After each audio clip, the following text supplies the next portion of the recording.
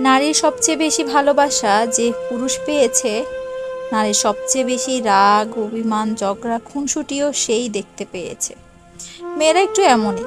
মেয়েরা যাকে সবচেয়ে বেশি ভালোবাসে তার উপরই সবচেয়ে বেশি অধিকার দেখায়, রাগ করে, ঝগড়া করে, অভিমান করে। নারী সরলতার প্রতিমা হয়, আবার রাগের উপমাও হয়। সবকিছু নির্ভর করে আপনার উপর, আপনি তাকে কিভাবে ট্রিট করেছেন সেটার উপর। স্বাভাবিকভাবেই পুরুষের তুলনায় মেয়েদের একটু বেশি মসৃণ হয়, তাই মেয়েদেরকে বুঝতে পারা একটু বেশিই কঠিন। আপনি হয়তো বলতেই পারেন, এত কিছুর পরও আপনি কেন সেই মেয়েকে সহ্য করে যাবেন? রাগ, অভিমান, জেদ আপনারও আছে। শক্তিমত্তার বিচারেও তার চেয়ে সৃষ্টিকর্তা আপনাকেই বেশি শক্তিশালী করে পাঠিয়েছেন। আপনি চাইলে সেই শক্তি, রাগ, ক্ষমতা প্রয়োগ করতেই পারেন।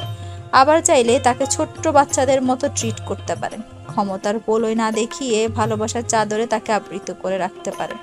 হয়ে উঠতে পারেন তার প্রিয়তম পুরুষ, সবচেয়ে নিরাপদ আশ্রয়।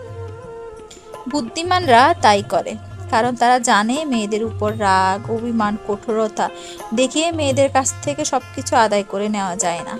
তবে ভালোবাসা দিয়ে তার কাছ থেকে পুরো পৃথিবী আদায় করে নেওয়া যায়। নারী এমনই।